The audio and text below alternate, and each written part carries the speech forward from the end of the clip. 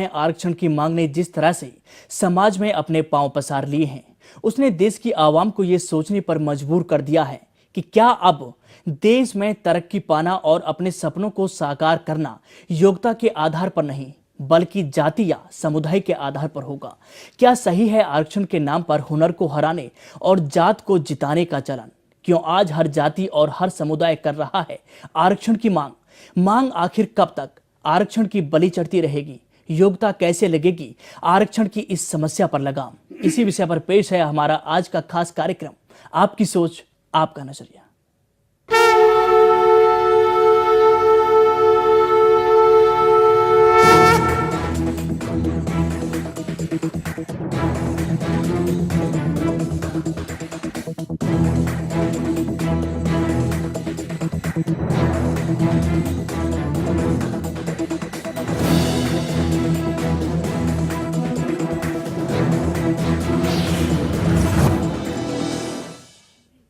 हमारी संविधान की प्रारूप समिति के अध्यक्ष डॉक्टर भीमराव अंबेडकर ने अनुसूचित जाति और अनुसूचित जनजाति वर्ग को उच्च स्तर तक लाने के लिए संविधान में कुछ वर्षों के लिए आरक्षण व्यवस्था लागू की थी, ताकि वो आर्थिक रूप से सक्षम हो सकें और उन्हें भी सभी के समान आगे बढ़ने का अवसर मिले।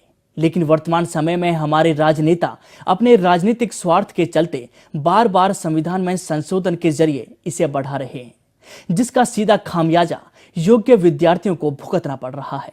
क्यों आज हर जाति हर समुदाय के लोग कर रहे हैं आरक्षण की मांग? आखिर कब तक यूं ही आरक्षण की बलि चढ़ता रहेगा होनहार विद्यार्थियों का भविष्य?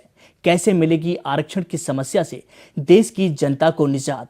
इस विषय पर आप चर्चा करने के लिए हमारे तमाम मेहमान मौजूद हैं। हमारे साथ मौजूद हैं समाजवादी पार्टी के नेता कपिल त्यागी साहब हमारे साथ मौजूद हैं, जो बताएंगे कि आखिरकार समाजवादी पार्टी की नीति क्या है आरक्षण के मुद्दे पर। साथ ही साथ दिल्ली विश्वविद्यालय के प्रोफेसर देवराज सिंह हमारे साथ मौजूद हैं, जो बताएंगे आखिरकार आरक्षण होना चाहिए, नहीं होना चाहिए और कितना होना चाहिए। और साथ ही साथ पटेल समुदाय से अनूप पटेल साहब हमारे साथ मौजूद है। चूंकि हार्दिक पटेल ने जिस तरह से एक बार फिर से आरक्षण को चिंगारी दिखा दी है, तो एक बड़ा मुद्दा बनता हुआ नजर आ रहा है। और साथ ही साथ गुर्जर आंदोलन के नेता हमारे साथ दुष्यंत नागर साहब भी जुड़ेंगे। तो चलिए अपने तमाम खास मेहमानों से हम बातचीत का सिलसिला शुरू करें, लेकिन उससे पहले देखिए हमारी ये खास रिपोर्ट।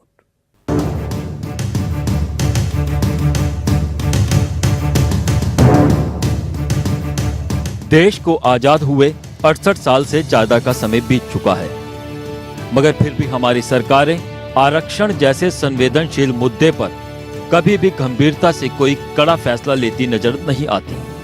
हमारे संविधान के प्रारूप समिति के अध्यक्ष डॉक्टर भीमराव अंबेडकर ने अनुसूचित जाति और अनुसूचित जनजाति वर्ग को उच्च स्तर तक लाने के लिए संविधान में कुछ वर्षों के लिए आरक्षण की व्यवस्था लागू की थी, ताकि वे आर्थिक रूप से सक्षम हो सकें और उन्हें सभी के समान आगे बढ़ने का अवसर मिले। लेकिन वर्तमान समय में हमारे राजनेता अपने राजनीतिक स्वार्थ के चलते बार बार संविधान में संशोधन के जरिए इसे बढ़ा रहे हैं, जिसका सीधा खामियाजा योग्य विद्यार्थियों को भुगतना पड़ रहा है।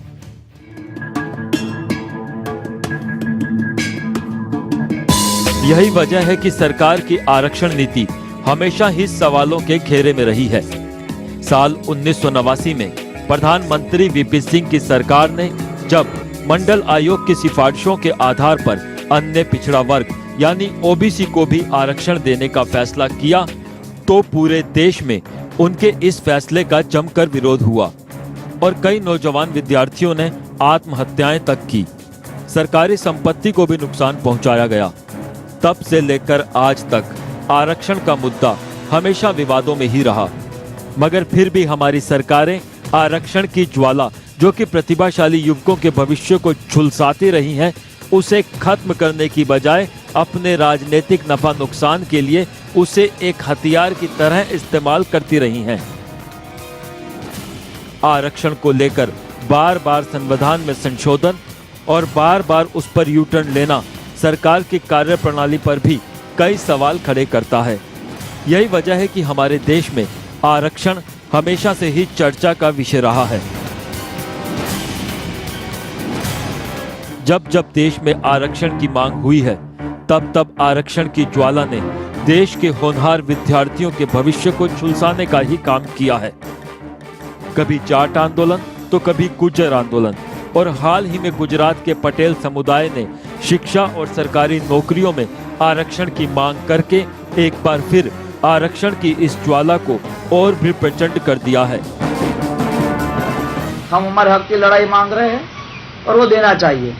लोग बोल रहे हैं आप समृद्ध हो, बहुत ही संपत्ति वाले हो। अरे भाई 5 या 10% लोग वहाँ संपत्ति वाले होते, समृद्ध होते, पूरी कौम तो समृद्ध नहीं कहेंगे।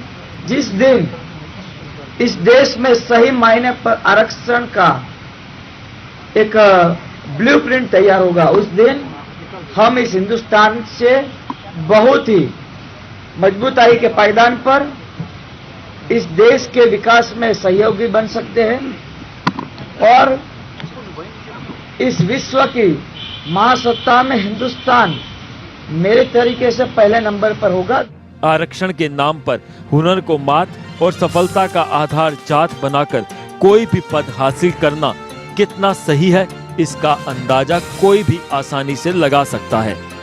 बावजूद इसके लोग आरक्षण के नाम पर एक साथ मिलकर हुनर को हराने और जात को जिताने में जुटे हैं। क्या सही है केवल जाति या समुदाय के आधार पर शिक्षा और सरकारी नौकरियों में काबिल विद्यार्थियों के साथ ये पक्षपात? वैसे तो शिक्षा और सरकारी नौकरियों की प्रवेश परीक्षाओं में आरक्षण के आधार पर प्राथमिकता देने के फैसले पर सबकी अपनी अलग राय है और सबके अपने अलग मापदंड हैं। मगर बुद्धिजीवी वर्ग की माने तो आरक्षण का आधार किसी जाति या समुदाय को नहीं बल्कि योग्यता को आरक्षण का आधार बनाने पर जोर दिया जाना चाहिए, ताकि सभी जातियों को एक समान संरक्षण प्राप्त हो सके। यदि सरकार अब भी इस विषय पर गंभीरता पूर्वक विचार नहीं करती तो आने वाले सालों में देश में स्थितियां बिगड़ सकती हैं। इसलिए जरूरी है कि सरकार संविधान में संशोधन कर शिक्षा और सरकारी नौकरियों में केवल योग्यता के आधार पर ही प्रवेश करने का नियम बनाए, तो सभी उम्मीदवारों को निष्पक्ष अवसर प्राप्त हो सकेंगे और देश विश्व पटल पर तरक्की के नए कीर्तिमान भी स्थापित कर सकता है। सर्वधर्म संगम से अंजनी पक्षी की रिपोर्ट। जब देश में आरक्षण की मांग हुई है तब आरक्षण की ज्वाला ने देश के होनहार विद्यार्थियों के भविष्य को झुलसाने का काम किया है। बावजूद इसके लोग आरक्षण की समस्या, जो कि देश की तरक्की के लिए एक नासूर बनती जा रही है, उसे खत्म करने की बजाय उल्टा अपनी जाति और अपने समुदाय का वास्ता देकर आरक्षण की मांग कर रहे हैं। क्या सही है जाति या समुदाय के आधार पर शिक्षा और सरकारी नौकरियों में आरक्षण की मांग करना? आखिर कब तक आरक्षण की बलि चढ़ेगी योग्यता? कैसे मिलेगी आरक्षण की समस्या से निजात? कब सिर्फ योग्यता ही होगी आरक्षण का आधार? और इस दौरान हमारे टेलीफोन नंबर भी लगातार आपकी टीवी स्क्रीन पर फ्लैश होते रहेंगे। आप भी हमें कॉल कर सकते हैं और इस गंभीर विषय पर आप भी दे सकते हैं अपनी बेबाक राय।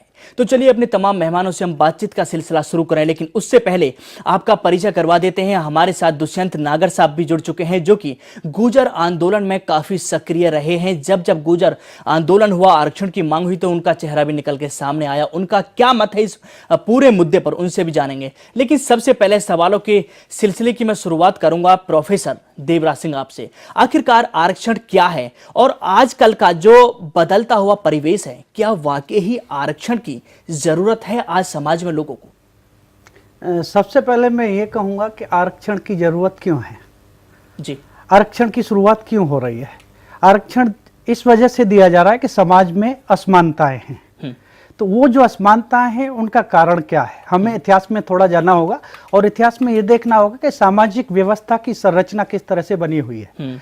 उसमें हम देखते हैं कि जो पुराने इतिहास को हम उठा के देखते हैं तो सामाजिक संरचना, उसका बेसिक जो स्ट्रक्चर है वही ट्रेडिशनल है, जिसमें जाति पर आधारित है, वर्ण व्यवस्था पर आधारित है। और उसके द्वारा ही हमें यह निर्धारित कर दिया गया है कि किन लोगों की क्या स्टेटस है, क्या पोजीशन है, क्या उसका समाज में स्तर है। तो इस बेसिस पर समाज की जो असमानताएं, जो बेसिक स्ट्रक्चर सोसाइटी का बुनियाद है, जिस पर वो सोसाइटी बना हुआ है, बेसिक इंडिया की बात कर रहा हूँ मैं यहाँ पर, जाति आधार की जो बात आप कर रहे हैं कि उसके आधार पर आरक्षण देना जरूरी है। तो समाज में इस तरह की पोजीशन बनी हुई है। हम इस तरह से देखते हैं, एक कुछ कास्टें हैं जिनका लेवल बहुत ऊंचे है, पहले से ही बना आ रहा है, और कुछ कास्टें का जो लेवल है वो बहुत नीचे है, जमीन पर है। बिल्कुल तो ठीक बात अब हम उस तरह से, आज लोकतंत्र है, आज के डेट में हम कोई राजतंत्र और कोई सामंतशाही व्यवस्था नहीं है, बिल्कुल नहीं है। और उस व्यवस्था में हम ये यानी जो लोग है, लोकतंत्र में लोकतंत्र की बेसिक विशेषता होती है समानता, स्वतंत्रता, बंधुत्वता। क्या समानता,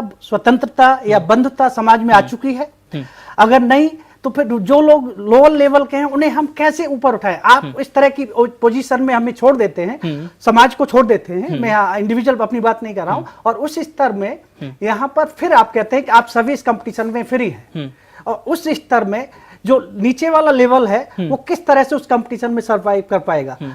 और ये जो रिजर्वेशन है, इसके जो स्तर हैं, हम सबसे पहले एजुकेशन इंस्टीट्यूशंस की डिमांड करते हैं लोग कुछ, दूसरा स्तर आता है जॉब्स, तीसरा स्तर आता है पॉलिटिक्स।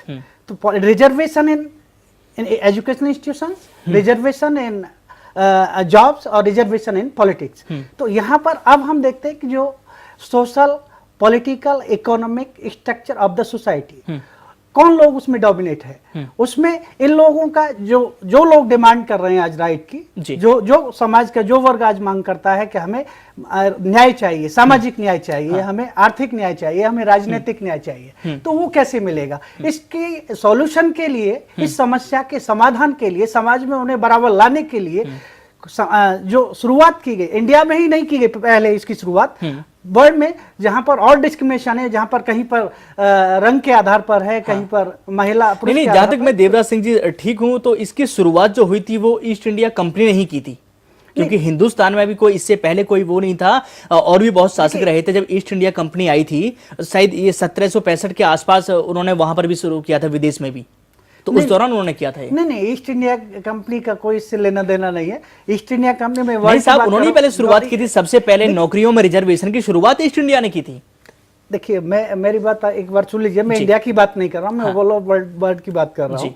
स्टेट के जो फंक्शन है, स्टेट चाहता है कि जो समाज में असमानता है, तो एफर्मेटिव एक्शन, सकारात्मक कार्यवाहियां जो की जाती हैं, एफर्मेटिव एक्शन के तहत ही उस समाज को, वीकर सेक्शन ऑफ सोसाइटी को अपलिफ्ट करने के लिए स्टेट ये एक्शन लेता है। स्टेट के द्वारा इस तरह के कुछ फैसिलिटीज दी जाती हैं सोसाइटी के उस सेक्शन के लिए। तो वो पहले यूरोप से भी स्टार्ट हो रहा है, अमेरिका में भी स्टार्ट हो चुका है, सभी जगह पहले, यहाँ की नहीं बात। जहां तक इंडिया की बात है, इंडिया में जो सिस्टमैटिक जो पहलू माना जाता है वो ज्योतिबा फुले से माना जाता है। तो ज्योतिबा फुले ने सबसे पहले अपनी जो रियासत में वो ये रिजर्वेशन का जो कॉन्सेप्ट आया है, ज्योतिबा फुले के वहां से आ रहा है। और ईस्ट इंडिया कंपनी का जहां तक आप बात कर रहे हैं, तो उसका हम देखते हैं कि यहाँ पर जो सिस्टम इंट्रोड्यूस लागू किया गया, तो यहाँ पर एडमिनिस्ट्रेशन जैसे ही पावर ट्रांसफर हुई ब्रिटिशर्स के, ईस्ट इंडिया कंपनी के पास आई, तो इसके लिए यहाँ पर एक सिस्टम चाहिए था इन्हें इम्प्लीमेंटेशन के लिए, उन पॉलिसीज को, उनके जो यहाँ से या तो वो एक्सप्लॉयटेशन करना चाहते थे इकोनॉमी का, या सोसाइटी से जो भी कुछ करना चाहते, तो एक मीडिएटर क्लास की उन्हें जरूरत थी, और जिसमें ऑफिसर्स की उन्हें जरूरत थी, जिसकी आप बात कर रहे हैं। तो ईस्ट इंडिया कंपनी, यहाँ के लोग जो आ रहे थे, इंडियन ने भी डिमांड की कि हम लोग भी इसमें आने चाहिए, तो उसमें कोई सक्सेसफुल नहीं हो रहा। तो वो भी, उसकी जो बात करें स्टेट कंपनी की, तो उसमें भी रिजर्वेशन दिया जा रहा है, वो ब्राह्मण को दिया जा रहा है। उसमें रिजर्वेशन किसी लोअर कास्ट या उसको नहीं दिया गया था, क्योंकि इंडिया को वहां पर रिप्रेजेंटेशन नहीं आ रहा था। तो इसीलिए वहां से आप जो अपनी बात करें, उसका मीनिंग दूसरा है यहाँ पर। अच्छा। मैं इसे दूसरे पक्ष से बोल रहा हूँ। चलिए ठीक है, यहाँ पर अनूप पटेल आपके पास आऊंगा। ऐसा क्या हुआ कि हाल ही में एक बार फिर से आरक्षण को चिंगारी दिखा दी आप लोगों ने, यानी कि हार्दिक पटेल ने उसकी शुरुआत की, और देखते ही देखते लाखों की तादाद में लोग वहां पर इकट्ठे हो गए। भाटी साहब, जो आरक्षण का संविधान में प्रावधान है, वो अनुच्छेद 15(4) अनुच्छेद 16(4) के हिसाब से बिल्कुल जो भी समुदाय सामाजिक और शैक्षिक रूप से पिछड़ा है, उसे विशेष अवसर प्रदान किया जाए। और उस दायरे को लेके जो गुजरात में हार्दिक पटेल जी के नेतृत्व में जो हमारे लीडर हैं, पाटीदार अनामत आंदोलन समिति के कन्वेनर हैं, वो उन्होंने ये डिमांड की कि हमारा जो रिप्रेजेंटेशन है, चाहे वो नौकरी में हो, चाहे वो ब्यूरोक्रेसी में हो, हमारी आबादी के हिसाब से नहीं है। अच्छा। वहाँ पे जो पाटीदार पटेल समुदाय है, टोटल आबादी का 25 से 30% है, और उनका जो रिप्रेजेंटेशन है मुश्किल से 5 से 10% है। तो उनकी आबादी 25 से 30% है, तो उस हिसाब से वो ये जो सिद्धांत है, हम सब लोगों का सिद्धांत है कि जिसकी जितनी संख्या भारी उसकी उतनी हिस्सेदारी। हम लोग 100% रिजर्वेशन की 100% की बात करते हैं, चाहे हमारे ब्राह्मण भाई हो, जितनी उनकी आबादी हो उसके अनुपात में उन्हें आरक्षण दे दो। ठाकुर साहब हैं, बनिया है, पटेल है, जो भी है, उनको उनकी आबादी के हिसाब से उनको आरक्षण सिर्फ आप दे दो। अपनी बात नहीं कर रहे हैं, सिर्फ आप अपनी पटेली समुदाय की ही बात नहीं कर रहे हैं, आप सभी लोगों के लिए आप रिजर्व करना चाह रहे हैं कि जिसकी जितनी तादाद है उसके हिसाब से उसका एक परसेंटेज फिक्स कर देना चाहिए। जी, मेरा ये कहना है कि जो रिजर्व कैटेगरी हैं, हम उनका जो अभी रिप्रेजेंटेशन देखते हैं, बाबा साहब ने जो रिजर्वेशन जैसे पॉलिटिक्स में दिया, पॉलिटिकल इंस्टीट्यूशन में दिया था, 10 साल के दिया था, लेकिन हम ये देख रहे हैं कि उस पे से जो एक्चुअल रिप्रेजेंटेशन होना चाहिए वो नहीं है, किसी पार्टी का पपेट है या कोई किसी दूसरे के द्वारा। और जब हम ब्यूरोक्रेसी और एजुकेशन इंस्टीट्यूशन में देखते हैं तो दलित का रिप्रेजेंटेशन होना चाहिए उस पे 15%। आप देखें तो उसमें से 15% से कम 10 से 11% है। ओबीसी का अनूप पटेल साहब, बस एक सवाल और पूछना चाहूंगा मैं 1 मिनट अपनी बात पूरा करूं। ओबीसी का जो सेंट्रल लेवल का जो जॉब है उस पे जो एबीसी जो कैटेगरी की जॉब होती हैं, एक कैटेगरी के जॉब में ओबीसी का मात्र 6 से 7% है। तो ये है कि कुछ लोग जो ऊपर बैठे हुए हैं ऑलरेडी, वो तो या तो उन्हें आने नहीं देना चाहते हैं या तो चलिए मैं एक बहुत कम शब्दों में एक सवाल पूछना चाहूंगा, कौन सी राजनीतिक पार्टी भी कोई आपको सपोर्ट कर रही है आपके इस आंदोलन में? गुजरात में जो पटेल आंदोलन है उसके पीछे इस देश का 27 करोड़ कुर्मी पटेल गुर्जर समुदाय है। इसके पीछे 27 करोड़ लोगों की ताकत है। नहीं, कोई राजनीतिक पार्टी क्या आपको सपोर्ट कर रही है? अगर भाटी साहब राजनीतिक पार्टी होती है तो कांग्रेस की जो रैली होती है उसमें ज्यादा से ज्यादा 2 लाख, बीजेपी में ज्यादा से ज्यादा 3 लाख। अगर हार्दिक पटेल साहब की रैली में अगर 15 से 20 लाख लोग आते हैं तो सारे समुदाय का उन्हें सपोर्ट है। चलिए हमारे साथ आम आदमी पार्टी के नेता अनिल कौशिक साहब गुजरात से फोनलाइन के जरिए जुड़े हुए हैं, जो कि गुजरात के सह प्रभारी भी हैं। अनिल कौशिक साहब, बहुत बहुत स्वागत है आपका। सबसे पहले जानना चाहूंगा, चूंकि आप गुजरात में हैं और जिस तरह से आरक्षण की चिंगारी वहां पर जगी है, क्या उसी को बढ़ाने के लिए वहां पहुंचे आप? अनिल कौशिक साहब, चलिए लगता है उनसे संपर्क हमारा टूट गया है। लेकिन यहां पर अब साथ ही साथ दुष्यंत नागर साहब, आपके पास भी आऊंगा मैं। जिस तरह से आप सड़कों पर उतरे, चक्का जाम कर दिया, रेलवे लाइन आपने रोक दी, रेल को रोक दिया आपने, ये आरक्षण को लेकर लगता नहीं है कि योग्यता के हिसाब से आरक्षण होना चाहिए, जाति के हिसाब से नहीं होना चाहिए? नहीं, बिल्कुल नहीं होना चाहिए, जाति के आधार पर होना चाहिए।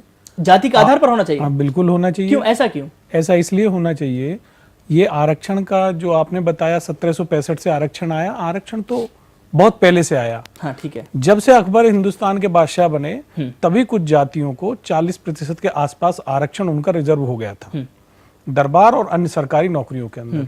उसके बाद फिर निरंतर शासक बदलते रहे, कुछ जातियों का उत्पीड़न होता रहा, कुछ को मुख्य धारा से अलग धकेला जाता रहा, कुछ को सत्ता में भागीदारी मिलती रही। 1857 की क्रांति हुई, 1868 में हमारे गुर्जर समाज को बागी घोषित कर दिया गया, उनको सरकारी नौकरी, शिक्षा से वंचित कर दिया गया, उनके गांव उजाड़ दिए गए। आज भी आप देख लीजिए, हिमाचल में, कश्मीर में, उत्तरांचल में उसी दौरान के निकाले गए दिल्ली के गुर्जर वनों में रहते हैं, उनको वन गुर्जर कहते हैं। उनको चलिए मैं नहीं, आप पहले मेरी बात लौटूंगा आप बस। पहले आप ऐसे, ये तो गलत बात हो गई। नहीं, आप पक्ष पूरा सुन नहीं रहे हैं। नहीं नागर साहब, मैं लौटूंगा आपके पास और विस्तृत रूप से चर्चा करूंगा, लेकिन अनिल कौशिक से हमारा संपर्क एक बार फिर से टूट गया है। अनिल, आपको आवाज मिल रही है मेरी? जी, रिपीट करेंगे एक बार प्लीज। जी बिल्कुल अनिल, चूंकि आप गुजरात पहुंच चुके हैं, गुजरात के सह प्रभारी भी हैं आप, और जिस तरह से पटेल समुदाय के लोगों ने वहां पर आरक्षण को एक बार फिर से चिंगारी दिखा दी है, तो कहीं ऐसा तो नहीं कि आम आदमी पार्टी वहां पर पटेलों को साथ लेने की कोशिश में जुट चुकी है? नहीं भाटी जी, देखिए मैं अभी गुजरात में ही हूँ और मैं अभी एक गुजरात में एक जिला है छोटा उदयपुर, वहां से एक मीटिंग करके आ रहा हूँ। आरक्षण जिनको मिलना चाहिए उनको नहीं मिला। अच्छा। आरक्षण की जिनको सही में जरूरत है उनको आरक्षण नहीं दिया। इसकी जननी कांग्रेस है। बाबा साहब भीमराव अंबेडकर ने जब आरक्षण पे स्टार्टिंग की थी तो उन्होंने 10 साल बाद इसको खत्म करने के लिए बोला था, पर जितनी भी पॉलिटिकल पार्टियां हैं इन्होंने सिवाय अपनी रोटी सेकने के कोई काम आज तक इस पे ठीक से किया नहीं है। आरक्षण की जिनको सही में आवश्यकता है उनको तो कुछ मिलता ही नहीं है। घर में 4-4 आदमी को आरक्षण मिलता है, वो नौकरी भी कर रहे हैं, अच्छी नौकरी कर रहे हैं, जबकि उनको जरूरत नहीं है। और कुछ ऐसे पिछड़े हुए एरिया हैं जहाँ सही में आरक्षण की जरूरत है, वहाँ कोई उससे बात करके खुश नहीं है अभी तक। नहीं, आपसे सीधे शब्दों में जानना चाहूंगा, चूंकि गुजरात में आप हैं, गुजरात में आप घूम रहे हैं, क्या वाकई ही वहां पर पटेल समुदाय के जो लोग हैं उनको आरक्षण की आवश्यकता है, जरूरत है उनको? पटेल समुदाय जो है, मैं काफी पटेल समुदाय से हम मिला भी हूँ, अभी भी कल मेरी मीटिंग भी है उनके साथ। तो ऐसा नहीं है पटेल सारे, ना तो पटेल समुदाय पूरा ऐसा है कि जिसको हम ये कहें कि इनको आरक्षण की जरूरत है, और ऐसा भी नहीं है सारे ही पटेल ऐसे भी हैं जिनको जरूरत भी है। कोई बहुत अमीर है यहाँ पे जिसको हम आरक्षण की जरूरत नहीं है। अब जो बिल्कुल गरीब है उनके लिए अगर हम लड़ाई लड़ सकते हैं तो सबको, अगर हम गुर्जर को दे सकते हैं, हम जाट को दे सकते हैं। एक जाट प्रधानमंत्री भी हमारे यहाँ से है, तो चरण सिंह प्रधानमंत्री बने जाट से, उनको भी आरक्षण है, गुर्जर को आरक्षण है, ओबीसी को आरक्षण है। तो जो सही में जरूरतमंद है हम उसके लिए आरक्षण की अगर डिमांड करें तो ज्यादा अच्छा रहेगा। वाकई अनिल, तुमने बिल्कुल सही कहा था कि कांग्रेस पार्टी इसकी जननी रही देश में, लेकिन अब वोट बैंक की भाषा आप भी बोलने लगे हैं कि देखा कि वहां पर पटेल समुदाय अब वहां की सरकार का विरोध कर रहा है, तो इसीलिए आप भी जाकर वहां पर खड़े हो गए और कहने लगे कि इनको भी जरूरत है। अब जाटों को दे दिया, गुजरों को दे दिया, अब इनको भी दे दिया जाए। प्रॉब्लम कुछ और है भाटी जी, आप उसकी वास्तविकता में जाइए। अच्छा, हम आरक्षण के खिलाफ भी नहीं है और हम उसके साथ भी नहीं है। आरक्षण को मिलना चाहिए जिसको जरूरत है। आप ये देखिए कि जिनको हम देते हैं, जिसको पहले से जो भरा हुआ उसको और ज्यादा अगर हम दे देंगे। अनिल, मैं वास्तविकता में जानूंगा, दुष्यंत नागर हैं, वो बता रहे थे मुझे वास्तविकता। चलिए, बहुत बहुत शुक्रिया आपका हमारे साथ बातचीत करने के लिए, हमसे जुड़ने के लिए। दुष्यंत, आप अपनी बात पूरी करें। जी, तो मैं ये कह रहा था कि कुछ चीजें पीछे इतिहास में, पिछले शासन में, आजादी से पूर्व कुछ जातियों के साथ में घोर अन्याय हुआ है। आजादी के बाद अपनी सत्ता आई, अपने लोग सत्ता में आए, देश आजाद हुआ, अपना संविधान ठीक है आया, सब कुछ, तो उसमें उनको मिलना चाहिए। अच्छा। जो वंचित थे उनको स्थान मिलना चाहिए। अगर वो जाति के आधार के ऊपर उनका उत्पीड़न हुआ है तो जाति के आधार पर उनको आरक्षण क्यों नहीं मिलना चाहिए? उनका हक बनता है। अच्छा, तो जाति के आधार पर आरक्षण की व्यवस्था बिल्कुल ठीक है। चलिए, लौटूंगा मैं आपके पास और आपसे चर्चा करूंगा, लेकिन यहां पर कपिल त्यागी जी, आपको लगता है कि आरक्षण की जो ज्वाला जली हुई है वो ठीक है? क्योंकि आरक्षण की जब शुरुआत हुई थी तो सबसे पहले उत्तर प्रदेश में आपके नेता मुलायम सिंह यादव ने सबसे ज्यादा आरक्षण दे दिया था तुरंत मुसलमानों को, 20% शायद उन्होंने आरक्षण दे दिया था। लेकिन उसके बाद जब प्रमोशन में रिजर्वेशन की बात आई तो सबसे पहले विरोध भी आपने किया। तो ये किस तरह से दोहरे मापदंड क्यों? नहीं, दोहरे मापदंड नहीं है। देखिए, आरक्षण का नाम से ही पता चलता है कि आरक्षण का अर्थ क्या है, आरक्षण का मतलब क्या है। आरक्षण का मतलब सीधा सीधा ये है कि हमारे देश की जो व्यवस्था है, हमारे देश की जो वो वर्ग हैं जो वास्तव में पिछड़े रह गए, जिन्हें आगे लाने की बहुत ज्यादा जरूरत है, जो कहीं ना कहीं काफी पीछे रह गए, उन्हें आगे लाने के लिए आरक्षण जैसी चीज की एक व्यवस्था बनाई गई। और हमारे संविधान में भी इसकी जगह दी गई कि आरक्षण उन लोगों को दिया जाए जो कहीं ना कहीं पिछड़ गए हैं, उन्हें आगे लाने के लिए आरक्षण दिया जाए। हमारे माननीय नेताजी ने जो आप बात कर रहे हैं, देखिए अब 20 साल पहले चले जाइए, कहीं ना कहीं जो आप माइनॉरिटीज की बात कर रहे हैं, उन्हें आरक्षण की वास्तव में जरूरत थी। और रही बात ये कि अब प्रमोशन में आरक्षण का विरोध हमने किया, वो बिल्कुल सही बात है। आरक्षण कितनी बार कोई लेगा?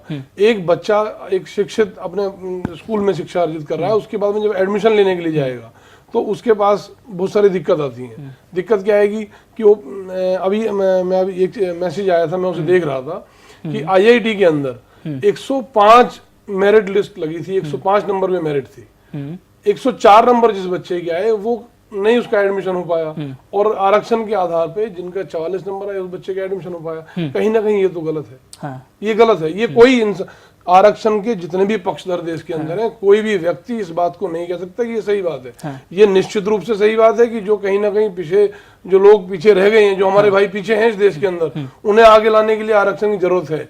लेकिन उस खेल के अंदर, लेकिन इसके मापदंड क्या होने चाहिए? कैसे उस चीज को नापें कि आखिरकार किसको वाकई जरूरत है? उस खेल के अंदर देखिए, उस खेल में ऐसा ना हो कि हम ऐसा काम कर जाएं कहीं ना कहीं हमारे देश को सफर करना पड़े। हमारे देश के जो ब्यूरोक्रेट्स हैं उनको सफर करना पड़े, वहां इतनी अंतर ना आ जाए कि एक बहुत ही विद्वान है और कहीं ना कहीं आरक्षण के व्याह पे वहां पे आ गया है। चलिए बातचीत को हम आगे बढ़ाएंगे, लेकिन यहाँ वक्त हो गया एक बहुत छोटे से ब्रेक का। ब्रेक के बाद भी लगातार हमारी चर्चा यूं ही जारी रहेगी। आप बने रहिए सर्वधर्म संगम के साथ।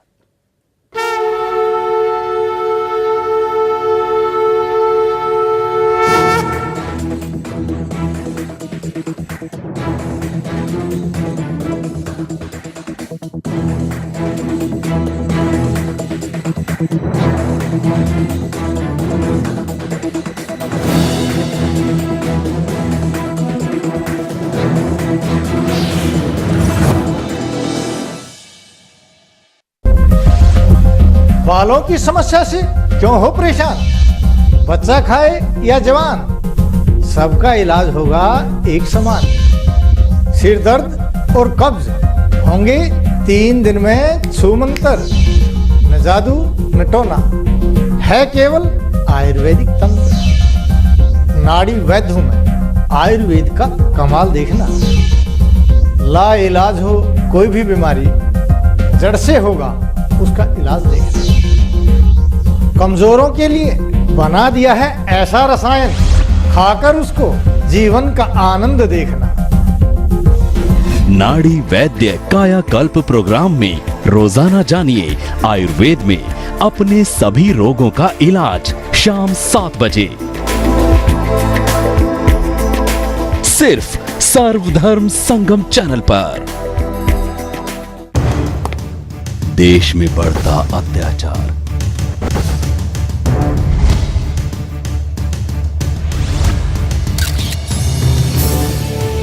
जिंदगी इतनी नहीं आसान।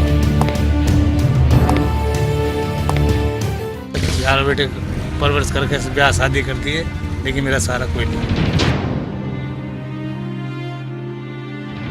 हमारे मियाँ के पास इतनी कमाई भी नहीं है, वो बीमार रहते हैं, उनके इलाज के लिए पैसे भी नहीं है। दर दर की ठोकर खाने को क्यों मजबूर हो रहा है इंसान? पता नहीं मेरे को मरने के बाद में कोई कंधा भी देगा कि नहीं। हकीकत से रूबरू कराता हमारा खास प्रोग्राम जिंदगी एक संघर्ष।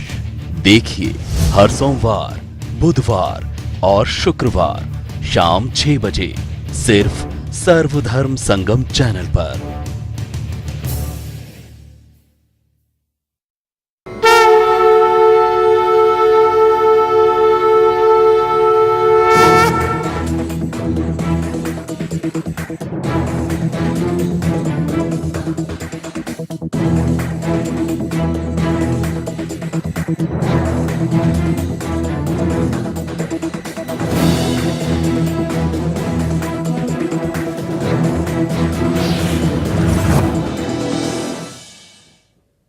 ब्रेक के बाद स्वागत है आपका। और आज हम बात कर रहे हैं एक ऐसे ज्वलनशील मुद्दे पर कि आखिरकार जात के आधार पर आरक्षण कितना सही है और कितना गलत।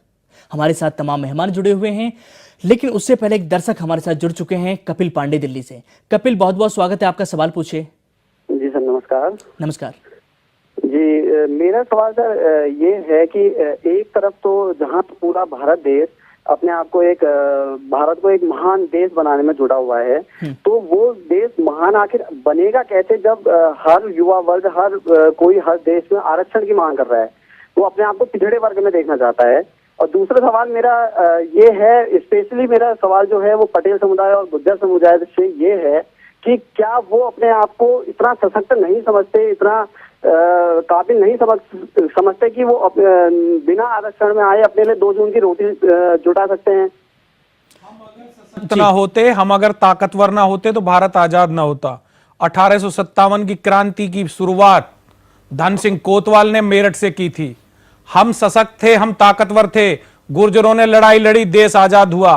सरदार पटेल ने लड़ाई लड़ी, सारी रियासतों को एक करके नए भारत का निर्माण किया। हमारे सशक्त और हमारी ताकत के ऊपर आप प्रश्न चिन्ह ना लगाइए, लेकिन हमारा अधिकार है। लेकिन दुष्यंत साहब, हम वंचित रहे। ये भी उठता है कि जो पहले मेरी बात को, जिन लोगों को वाकई ही इसकी जरूरत है, अगर उनको आरक्षण दिया जाए तो क्यों ना ज्यादा ठीक रहेगा जब आप लोग पूरी तरह से सक्षम है। ठीक है, आपने देश आजाद करा दिया, बिल्कुल मानते हैं, आपका योगदान इसमें रहा है, लेकिन क्या आप उस योगदान के बदले आज कीमत मांग रहे हैं? बिल्कुल लेंगे कीमत। कीमत क्यों नहीं लेंगे? जब हमारा उत्पीड़न हुआ 150 साल तक, हाँ। गुर्जर जाति को आप 1868 का अंग्रेज सरकार का आप आदेश देख लीजिए, रिकॉर्ड पर क्या आज भी गुर्जरों को जो है, क्या गुर्जरों को बागी घोषित कर दिया गया, का गुर्जरों को अपराधी जाति घोषित कर दिया गया, लेकिन मैं सारे अभी बहरहाल सिस्टम से अलग कर दिया गया। मैं दुष्यंत नागर साहब, मैं आज की बात कर रहा हूं, क्या आज वाकई ही गुर्जरों का जो जाति, उत्पीड़न जो किया जा रहा समाज है? नहीं, जो जाति और जो समाज 150 वर्ष तक मुख्य धारा से अलग रहा, उसको बराबरी करने के लिए तो आपको अतिरिक्त अवसर देना होगा ना। वो अतिरिक्त अवसर का नाम ही आरक्षण है। अच्छा, चलिए अनु पटेल जी, मैं नागर साहब की बात से सहमत हूँ। हाँ। इस देश को आजाद कराने पे जो ये कपिल जी का जो सवाल आया दिल्ली से, उन्होंने जो सवाल किया कि क्या गुर्जर और पटेल समुदाय को मतलब नहीं, वो सभी लोग जो आरक्षण की मांग कर रहे हैं। जी बिल्कुल, मैं नागर साहब के सवाल से इसलिए सहमत हूँ कि जो दिल्ली में जो आज जो जमीनों पे जो ये मल्टीनेशनल स्थापित हुए हैं, जो सरकारी संस्थान हुए हैं, ये सारे गुर्जर समाज की जमीनें थी और गुर्जर समाज ने सबसे ज्यादा अंग्रेजों के खिलाफ लड़ा है। उसको एक क्रिमिनल कास्ट के रूप में घोषित कर दिया और उसकी वजह से वो लोग मुख्य धारा से हट गए। इसी तरीके से उत्तर प्रदेश में हो या आपका महाराष्ट्र हो या गुजरात हो या मध्य प्रदेश हो, जहां जहां पटेल समुदाय है, वो सबसे ज्यादा राष्ट्रभक्त है, वो सबसे ज्यादा देश प्रेम करता है।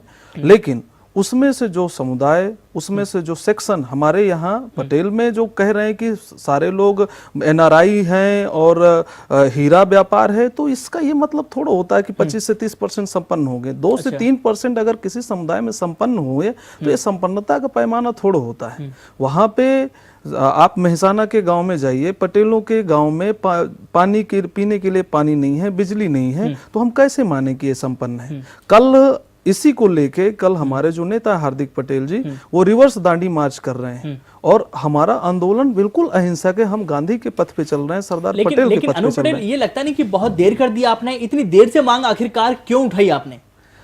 मांग के लिए कोई देरी नहीं होती है और ये मांग सिर्फ हार्दिक पटेल की नहीं है, ये पूरे भारत के 27 करोड़ कुर्मी, गुर्जर और पटेल लोगों का ये मानना है कि हमें गुजरात को छोड़ के हमें हर जगह जो है ओबीसी के अंदर रखा गया है।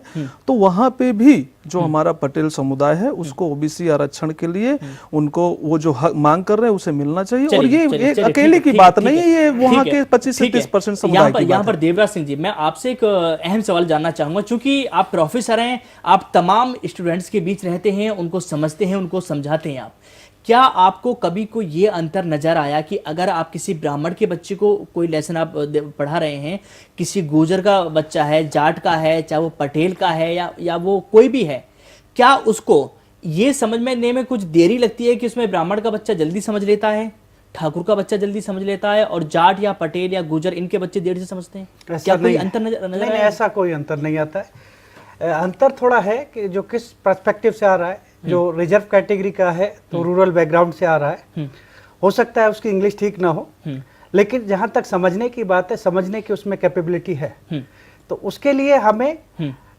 उसको ये है कि उससे अपॉर्चुनिटी नहीं मिली है, उसको वो साधन नहीं मिले हैं, तो साधन नहीं मिले तो अब वो मेहनत कर रहा है तो वो कंपटीशन उसके साथ दे रहा है, तो इसलिए इससे कोई ज्यादा फर्क नहीं पड़ता, न ज्यादा ये जो हम एवेल्युएट करते हैं तो उनमें थोड़े समय में ही सब बराबर हो जाता है। लेकिन यहाँ पर ऐसा नहीं लगता कि जिन लोगों को आरक्षण प्राप्त नहीं है उन लोगों का मनोबल टूटता जा रहा है और वो भी कहीं ना कहीं इसी फिराक में आंदोलनों की तैयारी कर रहे हैं कि किसी भी तरह से उनको भी आरक्षण मिलना चाहिए? देखिए, इसको थोड़ा आरक्षण के मुद्दे पर जब हम बात कर रहे हैं तो थोड़ा हमें गहराई से सोचना होगा समाज को, क्योंकि समाज में एक तरफ तो हम ये कहते हैं कि सभी को न्याय मिले, सभी को अधिकार मिले, और जब सभी को राजनीतिक भागीदारी मिले, सभी को आर्थिक न्याय मिले, सभी को सामाजिक बराबरी मिले, तो मैं ये पूछता हूँ क्या समाज में आज बराबरी है लोगों में? आज ये सिस्टम में सामाजिक यानी जाति आधार पर क्या भेदभाव खत्म हो रहा है? आज अगर शेड्यूल कास्ट को पार्लियामेंट या स्टेट लेजिस्लेटिव असेंबली में रिजर्वेशन नहीं मिलता तो कोई है, आप एग्जांपल दे सकते हैं कि वहां से जनरल सीट से कोई एसटी एससी चुनाव जीत के चला जाए पार्लियामेंट में या किसी स्टेट लेजिस्लेटिव असेंबली में, विदाउट रिजर्वेशन आप कितने भी अरबपति और खरबपति हो वो भी चुनाव नहीं जीत पा रहा है, वो भी कहाँ जाता है, सिक्योर कहाँ है, उसको चुनाव बस वहीं लड़ाया जाता है। तो इस तरह से हम जो जहां तक आप मेरिट की बात कर रहे हैं, वहाँ मेरिट में भी किसका ध्यान रखा जाता है, वहाँ कास्ट का फोकस किया जाता है। जो कास्ट का जो फोकस है तो वहां पर भी हम देखते हैं ये सिस्टम। तो इसलिए जो लोग नहीं आ पा रहे, ये इस बात को तो हम जब कह रहे हैं जब समाज को, जिस समाज के सेक्शन को रिजर्वेशन दिया जा चुका है और उतना परसेंट उसका रिजर्वेशन लीगल है तो भी वो फिल नहीं हो रहा है। किसी भी, चाहे क्लास ए की सर्विस है, बी की सर्विस है, सी की है, डी का हम कह नहीं सकते, डी में तो फिलता ही नहीं है। ठीक है। तो इस तरह से ये जो पर्सपेक्टिव है, हमें समाज में अगर राष्ट्र निर्माण यानी कि बराबर करने के लिए सभी को आरक्षण जरूरी है, सभी को आरक्षण की, जो समाज का कमजोर वर्ग है, मैं उसकी बात कर रहा हूँ, समाज का जो कमजोर वर्ग है उसे ऊपर उठाने के लिए, राष्ट्र निर्माण के लिए सभी को पार्टिसिपेशन की हमें जरूरत है। समाज का सभी वर्ग उसमें अपना योगदान दे और वो उस योगदान को तब देगा जब सभी की उसमें भागीदारी हो। चलिए ठीक है, एक दर्शक सिरसा से हमारे साथ संजीव जुड़ चुके हैं। संजीव, बहुत बहुत स्वागत है आपका, सवाल पूछिए आप।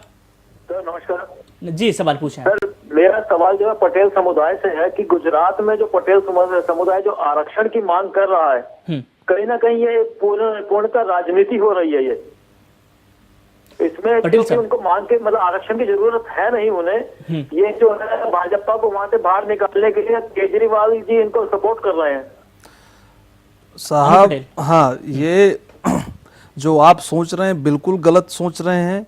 अरविंद केजरीवाल आम आदमी पार्टी से पूरे पाटीदार अनामत आंदोलन समिति का कोई संबंध नहीं है। वहां पे उस गुजरात की 25 से 30% आबादी अपना आरक्षण मांग रही है।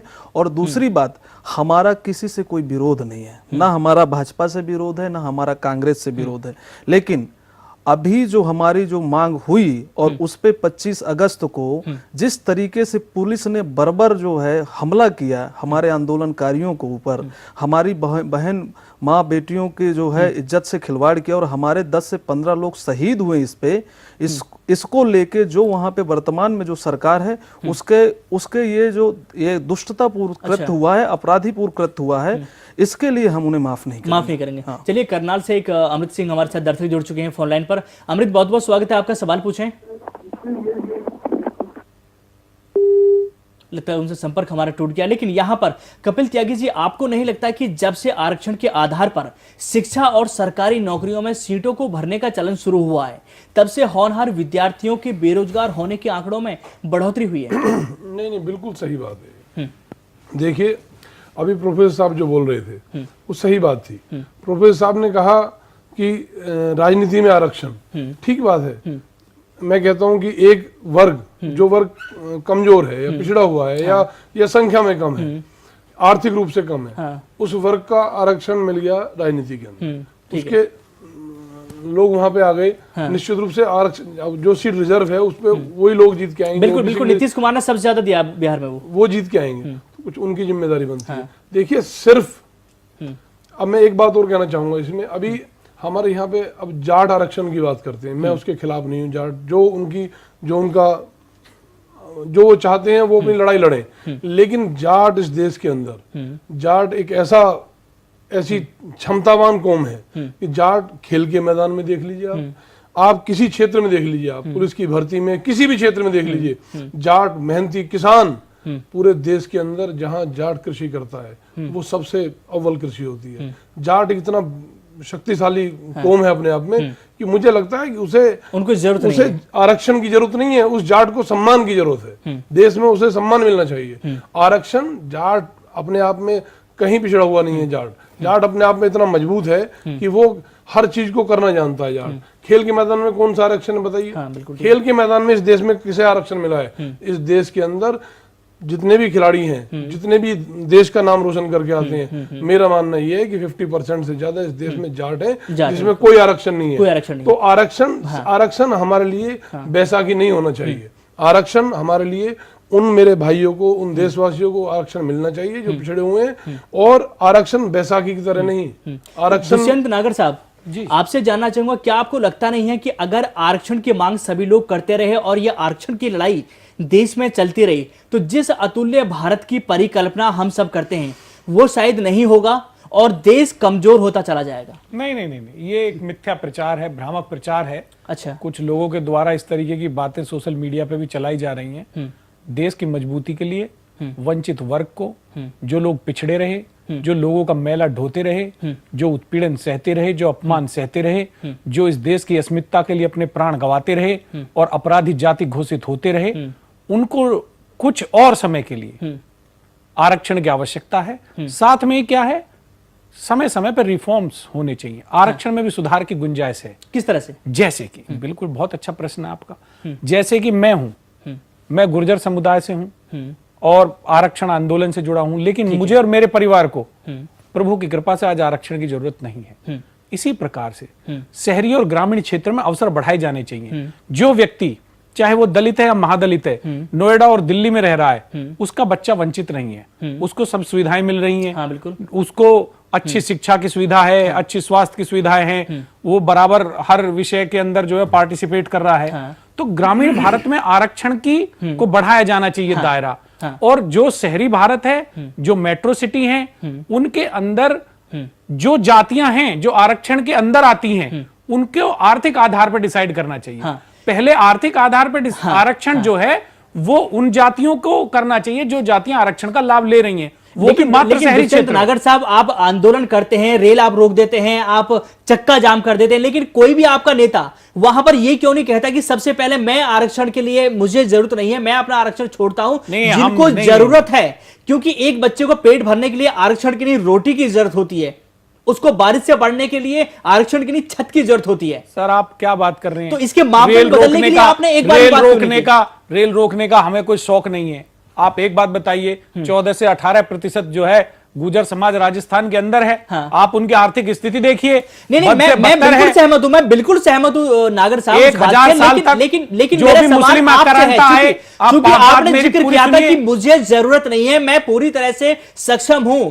तो आपके जो इस तरह के जो तमाम नेता हैं जो मेट्रो सिटीज में रहते हैं, जो वाकई देखो हर एक समाज के कुछ लोग ऐसे होते हैं जिनको वाकई ही जरूरत होती है, कुछ लोग ऐसे होते हैं जो पूरी तरह से सक्षम होते हैं। तो सक्षम लोगों ने कभी आगे चल के ये कदम क्यों नहीं बढ़ाया और सरकार के सामने ये बात क्यों नहीं रखी कि आप हमारा कुछ ऐसा रास्ता निकालिए कि हमको आरक्षण की जरूरत नहीं है, लेकिन जो वाकई ही जरूरतमंद है, चाहे वो किसी जाति का हो, अगर उसको जरूरत है तो उसको आरक्षण देना चाहिए। नहीं, किसी जाति का नहीं। क्यों? जो जातियां आरक्षण के दायरे में हैं, पहले उनमें आर्थिक आधार के ऊपर अच्छा रिफॉर्म होना चाहिए। नहीं, अगर कोई ब्राह्मण का बच्चा भूखा मर रहा है तो उससे आपको मतलब नहीं है। वो अगर तपती धूप में बिना छत के पड़ा हुआ है, उससे आपका कोई लेना देना नहीं है। नहीं, वो आप चीज को फिर एक मतलब ये जातिवाद की तरफ लेके जा रहे हैं, देश प्रयास कर रहे हैं। दुष्यंत नागर साहब, आप जातिवाद की तरफ देश को लेके जा रहे हैं आप। नहीं, बिल्कुल नहीं। वंचितों को हक लेना अगर अपराध है तो ये अपराध हम 100 बार करेंगे, 1000 बार करेंगे। तो क्या वंचित सिर्फ जाति के आधार पर क्यों? आप बिल्कुल है, बात से जाति के आधार पर वंचित है। अगर कोई ब्राह्मण का बच्चा पूरा वो भूखा है, आपकी पूरी मनुस्मृति पढ़ लीजिए, तो उसको क्यों नहीं? क्या बात कर रहे हैं आप? जो है भाटी जी, आप मनुस्मृति पढ़ लीजिए, भारतवर्ष का 5000 वर्ष का इतिहास उपलब्ध है, उसको पढ़ लीजिए। अरे साहब, मैं तो जाति के आधार पे हुआ, भीमराव अम्बेडकर आधार पे हुआ क्या? आरक्षण की शुरुआत की थी, उस वक्त उन्होंने कह दिया था कि इसके लिए सर्वे होना चाहिए। नहीं बदली 10 साल के बाद परिस्थितियां 10 वर्ष में नहीं बदली। कभी सर्वे हुआ क्या? सर्वेक्षण हुआ? 10 वर्ष के अंदर वंचित वर्ग को लाभ नहीं मिल पाया। आज भी मंदिरों में मुझे मेरी बात समाप्त करने दीजिए। वंचित वर्ग को 10 वर्ष में नहीं मिल पाया। आपने जाति की बात छेड़ी, आपने ब्राह्मण शब्द का नाम लिया। ब्राह्मणों का अधिकार क्यों है मंदिरों के ऊपर? मंदिरों में चढ़ावा मंदिर में का नहीं ब्राह्मणी प्राप्त क्यों करते हैं? अच्छा। दलितों को मंदिरों के अंदर प्रवेश करने का अधिकार क्यों नहीं था? जाति के आधार पर ही तो है। ये सब जाति के आधार पर ही है। पूरे समाज की संरचना जाति के आधार पर लोगों को तो ऐसा नहीं है। जब युद्ध और ये तमाम चीजें तो ये खत्म कैसे होगी? जब आप दूरियां नहीं, जब आप अपने सिक्के गिलवे नहीं मिटाएंगे, वो नहीं मिटाएंगे, तो ये तो फिर क्या जंग ही इसी का रास्ता है? आप जो है मतलब मुझे बोलने का अवसर नहीं दे रहे, बुलाने का फायदा क्या है? नहीं नागर साहब, नहीं, जब मरने के लिए इस देश में कुछ जातियां सुनिश्चित थी, विदेशी आक्रमण होता था तो जब विदेशी आक्रांता आते थे तो ये राजस्थान के गुर्जर ही मरते थे, ये युद्ध करते थे।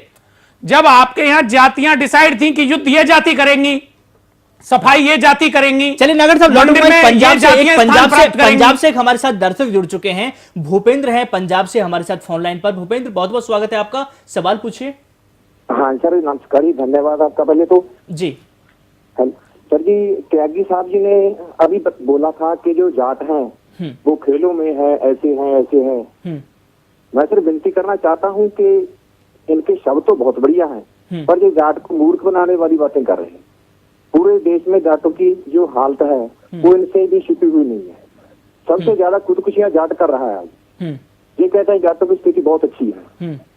मैं इनसे विनती करता हूँ, आपसे भी, सभी पैनल के लोगों से, कि जाट की स्थिति सबको मालूम है, पता है, उनको आरक्षण मिलना ही चाहिए। चलिए त्यागी जी, इनका कहना यह है कि कुछ जाट ऐसे भी हैं, एक बड़ा तबका, वो हमने पहले भी कहा था कि समाज का एक तबका ऐसा भी है जिसको वाकई ही जरूरत है। देखिए, मैंने पहले ये कहा था कि जाट आरक्षण मांग रहे हैं, मैं उसे ना तो रोक रहा हूँ ना मैं उनके खिलाफ हूँ। मैंने ये कहा था, जाटों का उदाहरण दिया था कि देश के अंदर जाट एक ऐसी कौम है, अब मैं दोबारा बोल रहा हूँ उस बात को, जाट एक ऐसी कौम है जो अपने आप को, मैंने उनका सम्मान किया था ये कह के, मैंने कोई राजनीति नहीं की। जाट एक ऐसी कौम है पूरे देश के अंदर जिन्होंने अपना देश में अपना नाम, अपनी जगह उन्होंने बना रखी है अपनी। उसके बाद अगर कहीं जो जाट भाई अगर पिछड़े हुए कहीं हैं, वो अपनी लड़ाई लड़ रहे हैं, वो लड़े। लेकिन मेरा हाथ जोड़ के अभी दुष्यंत जी कह रहे थे कि देखिए, ये तय नहीं कर दिया किसी ने कि आप आरक्षण के लिए ये तय कर लोगे कि जातिगत और उसे इतना ज्यादा वो कर दोगे कि देश की व्यवस्था भंग हो जाए। अपनी बात कहने का एक संविधान है, अपनी बात कहने का आंदोलन भी कर सकते हैं, आंदोलन एक संविधान का हिस्सा है, लेकिन उसकी एक ऐसी अहिंसा कि उसमें वो होना चाहिए कि उसमें देश के वो लोग परेशान ना हो जो बेवजह की परेशानी उठानी पड़े। ठीक है। देवराज सिंह जी, आपसे बहुत महत्वपूर्ण 2-3 सवाल मैं करूंगा। सबसे पहला सवाल तो ये कि आरक्षण क्या जाति के आधार पर ही ठीक है या स्थिति के आधार पर होना चाहिए? देखिए, आरक्षण के पैटर्न हैं कुछ, जो आरक्षण जिस आधार पर दिया जाता है। सबसे पहले शुरुआत जो की गई थी वो जाति के आधार पर की गई थी। ठीक है। उसके बाद फिर जेंडर बेसिस पर दिया गया, महिलाओं को रिजर्वेशन दिया गया। उसके बाद फिर फिजिकल उसमें चैलेंजेस के बेसिस पर दिया गया। और अभी बात जो आ रही है, जैसे कह रहे थे ब्राह्मण है, गरीब है, तो उनको भी तो उस न्याय की जरूरत है, वो भी तो उसका विक्टिम है। तो उसके लिए भी हमें आर्थिक आधार पर उनको भी वो चीज मिलनी चाहिए जो उसे नहीं मिल रही है। मैं इस बात को कहूंगा, जो गरीब है उसको आप आर्थिक लिए कोई सिस्टम तैयार कर सकते हैं। वो जरूरी नहीं आरक्षण ही हो। आरक्षण गरीबी लाइए ना, आरक्षण गरीबी उन्मूलन का प्रोग्राम नहीं है। जिला प्रशासन आरक्षण प्रतिनिधित्व के लिए उनका सर्वे करे। आरक्षण गरीबी दूर करना तो मनरेगा है, गरीबी दूर करने के लिए तो मनरेगा है ना, बहुत सारी। और पहले मेरी बात सुन लीजिए, मैं मेरी बात को कंप्लीट करने दीजिए। तो आर्थिक आधार पर अब चर्चा चल रही है कि समाज के कुछ वर्ग हैं जिन्हें वो सहूलियत नहीं मिल पाती है, वो एजुकेशन नहीं ले पाते हैं, उन्हें फैसिलिटी, हेल्थ फैसिलिटी नहीं मिल पाती है, जॉब नहीं मिल पाते हैं। तो उन वर्ग को, उनको जो उस आधार पर, आर्थिक आधार पर कुछ परसेंट, वो उसमें किसी कास्ट को नहीं ला रहे हैं, उसमें कोई नाम नहीं है, किसी टाइटल नहीं है, उसमें बस ये है कि उसकी इकोनॉमिक कंडीशन कमजोर है तो उसे आगे दिया जाए, उसके लिए भी कुछ लिमिट रखी जाए, उसके लिए प्रोविजन होना चाहिए। सर, उसके लिए आर्थिक सहायता होनी चाहिए। इकोनॉमिक वीकर सेक्शन का है, इकोनॉमिक का क्या मतलब, उसी से ही आ रहा है ना। इकोनॉमिक का क्या मदद करने का मतलब क्या है? 3 पैटर्न जॉब में दे दें, एजुकेशन में हम उसे दें, पॉलिटिक्स, ये अलग अलग कैटेगरी है। दिल्ली के पब्लिक स्कूल में जो ये 20 to 25% का जो बीकर सेक्शन का जो ये देते हैं कि बीकर सेक्शन के स्टूडेंट आए, तो उस पे से ये एनालिसिस करने का जरूरत है कि बीकर सेक्शन में कौन सा बिरादरी का। लेकिन मेरा मानना ये है कि अगर एक पब्लिक स्कूल से कोई एक अपर कास्ट का बच्चा पढ़ता है, एक ओबीसी का पढ़ता है, एक SC ST का पढ़ता है, अगर शिक्षा तीनों बच्चों को एक ही दी जा रही है, तो क्यों ना उनके लिए कंपटीशन पे छोड़ दिया जाए कि जो इसको पास करेगा उस पर आरक्षण क्यों ढूंढा जाए? भाई देखिए, जो आरक्षण इस देश पे नहीं लागू है। आरक्षण जिसको हम डेमोक्रेसी, जहां से हम पैमाना मानते हैं कि संयुक्त राज्य अमेरिका USA में डेमोक्रेसी का चैंपियन है, अब उसके निगेटिव और पॉजिटिव पर्सपेक्टिव दोनों। वहां पे ब्लैक को, जो ब्लैक है वहां पे 12% आरक्षण है। साउथ अफ्रीका में, जिसमें मेरा PhD का थीसिस भी है, वो वहां पे जो है साउथ अफ्रीका में 70% ब्लैक को आरक्षण है। आरक्षण जो सामाजिक और शैक्षिक जो संस्थान है उस पे रिप्रेजेंटेशन के लिए है, गरीबी उन्मूलन के लिए नहीं है। उसके लिए बहुत सारे प्रोग्राम हैं, उस पे से सारे वर्ग के जितने भी, चाहे वो ब्राह्मण हो, चाहे वो दलित हो, चाहे वो ओबीसी, चाहे वो कुर्मी हो, चाहे यादव हो, उनके लिए तो सबके लिए गरीबी उन्मूलन प्रोग्राम पे उनको दिया गया है। मैं इस पे एक पॉइंट बोलना चाहूंगा, चूंकि आपने शुरू में ये बोला था कि पटेल लोगों ने क्यों आरक्षण की मांग की। गुजरात में जो पटेल लोग थे वो आजादी के बाद 1990 तक उनका जो, चूंकि मूलतः वो किसान थे, किसान थे, अपने हुनर से उन्होंने उस पैसे को इन्वेस्ट किया मार्केट में, और मार्केट में जो small and short medium size का जो इंडस्ट्री था उसको स्वतंत्र रूप से बिजनेस करते थे। 90 में जब कांग्रेस के जो वित्त मंत्री, जो पूर्व प्रधानमंत्री मनमोहन सिंह बनते हैं, वहां से ये जो लिबरलाइजेशन, जो निजीकरण हुआ, ग्लोबलाइजेशन हुआ, उससे जो मल्टीनेशनल्स आए, उससे इनका जो एक पकड़ था कि बिजनेस में भी आ जाते थे और जमीनें भी थी, वो धीरे धीरे उनका पकड़ कम हो गया और मल्टीनेशनल सारा कुछ खा गया। लेकिन जो जमीनें थी, जमीनें तो रबड़ तो है नहीं कि फैलेगी, जमीनें उतनी थी, जमीनें कम हो गई। और उसके साथ साथ जो केंद्र की सरकारें हैं वो प्रायोरिटी में जो खेती होनी चाहिए, खेतीहर कौम कौन है? खेतीहर कौम जाट है, गुर्जर है, कुर्मी है, पटेल है, लोधी है, यादव है, इनकी सबसे बुरी स्थिति 90 के बाद शुरू होती है। तो इसलिए वो ये मांग कर रहे हैं कि हमारा जो हक है, हमारा जो ओबीसी का जो एक हक होना चाहिए, जो वीपी सिंह ने आरक्षण की शुरुआत की थी। जी, वीपी सिंह ने आरक्षण की शुरुआत की थी। और वीपी, हाँ, और एक पॉइंट और मैं इस पे बोलना चाहूंगा, जैसे नागर साहब ने बोला, नागर साहब ने ये कहा कि कुछ लोग उसमें सक्षम होते हैं। मंडल कमीशन की एक रिकमेंडेशन है, जो बीपी मंडल साहब ने मंडल कमीशन लागू किया था, उसकी 13 रिकमेंडेशन है। उस पे एक रिकमेंडेशन ये है कि 20 साल बाद जो समुदाय ओबीसी का आरक्षण लेंगे, उसका जो है, उसके लिए सरकार रिव्यू करेगी कि वो जो है एम्पावर्ड हुई है या मार्जिनलाइज हुई है। तो वो रिव्यू तो कर नहीं पा रही है। आज 25 साल हो गए। राजनीति तो ये है कि वोट बैंक को लेकर कोई आवाज उठाता नहीं है, कोई रिव्यू उसमें करता नहीं है, लोगों की स्थिति की कोई जांच करता नहीं है। सिर्फ आरक्षण फिर सभी के लिए हो गया नहीं। लेकिन यहाँ पर देवराज सिंह जी, मेरे आपसे 2 सवाल है, क्योंकि वक्त की बहुत कमी है। सबसे पहला सवाल तो यह है कि सुप्रीम कोर्ट में जब ये मामला गया था, तो वहां पर यह पूरा तय कर दिया था कि कोई भी राज्य 50% से ज्यादा रिजर्वेशन किसी को भी नहीं देगा। टोटल रिजर्वेशन की बात करूं, लेकिन साउथ के कुछ ऐसे राज्य रहे, खासतौर से तमिलनाडु की मैं बात करूं, कि उन्होंने 70% के भी बाहर कर दिया उसको। हालांकि वो भी अभी सर्वोच्च न्यायालय में विचाराधीन मामला है।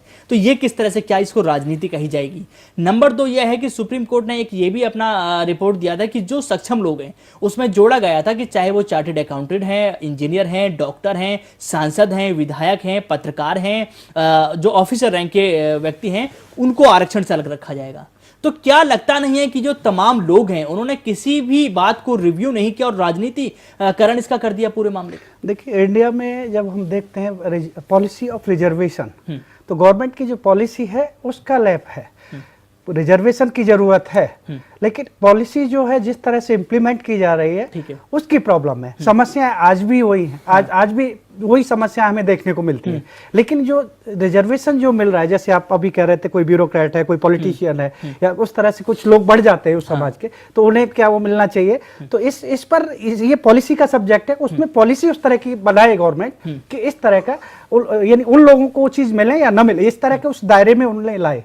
तो ये गवर्नमेंट की पॉलिसी का सब्जेक्ट है, गवर्नमेंट को इस पर सोचना चाहिए। जी। आखिरी कमेंट आपसे लेना चाहूंगा, क्या आपको लगता नहीं कि आरक्षण जिस तरह से चल रहा है उत्तर प्रदेश में, जिस तरह से कपिल त्यागी जी आपने शुरुआत की थी, अगर उसी दौरान आप इसको खुलकर समर्थन ना करने के साथ साथ ये पहलुओं पर भी ध्यान देते जिनका जिक्र आप चूंकि आज कर रहे हैं? मैं इस पे एक पॉइंट बोलूंगा मेरा। हाँ, मैं कपिल के बताऊंगा आपके पास में। हाँ, तो ये शायद लगता नहीं कि इस तरह से लोग जो परेशान है वो इतने ज्यादा नहीं होते?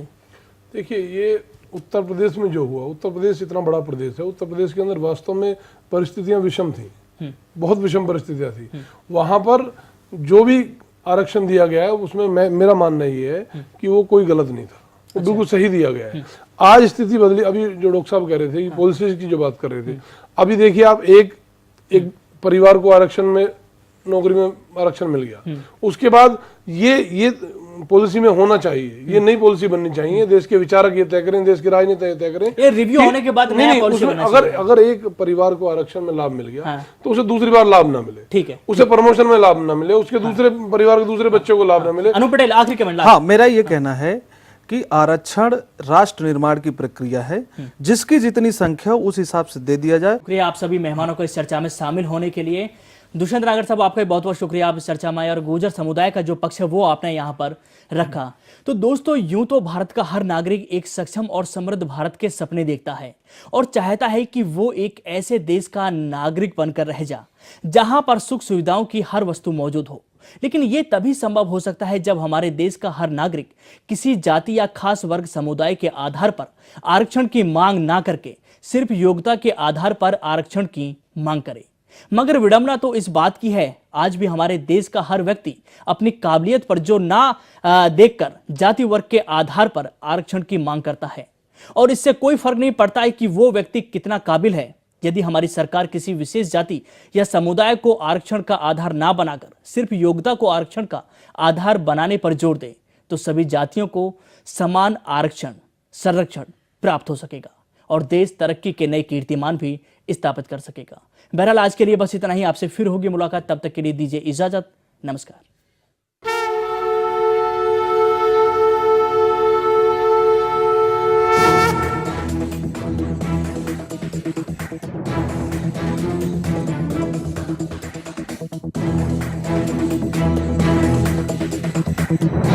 Thank you.